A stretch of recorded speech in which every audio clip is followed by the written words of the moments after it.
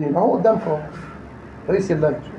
خد كام بقى؟ نعمل كده اهو، عشان انا بقول لكم الفلوس اللي هنا انتوا مش مصدقين يا باشا اللي بتتكلم، عشان انا خلاص رحت مناخيري.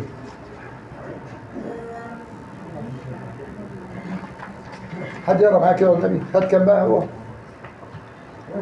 فقط 20 مليون و810,775 جنيه.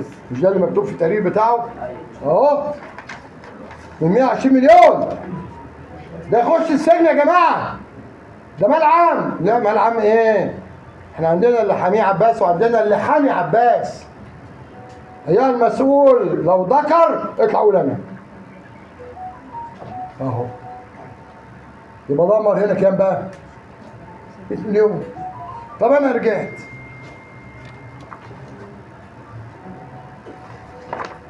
يا عم هشام من فضلك بعد اذن سيادتك فين الفلوس؟ قال لي فلوس ايه؟ ما حسين لبيب خدها. قلت له خد ايه؟ قال لي خد الفلوس وانت نازل لنا عن قلت له هو عشان عمرو الجنايني في البنك ومرات حسين لبيب في البنك. ركزوا بقى، مرات حسين لبيب فين؟ في البنك. ده الزمالك يتباع وام الزمالك كلكم تتباعوا. جمهور اللي زعلان لقيت اللي انتوا عايزينها.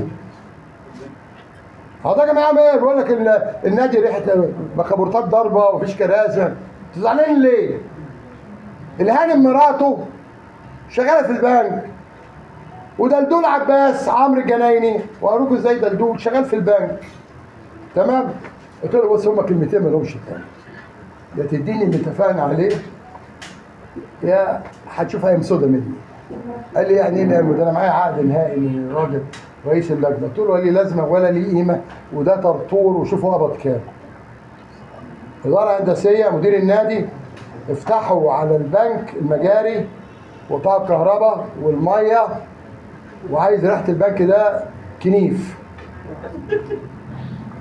ده اللي بيحافظ على المال العام يا سياده الريس، مش اللي بيسرق المال العام ومحمي.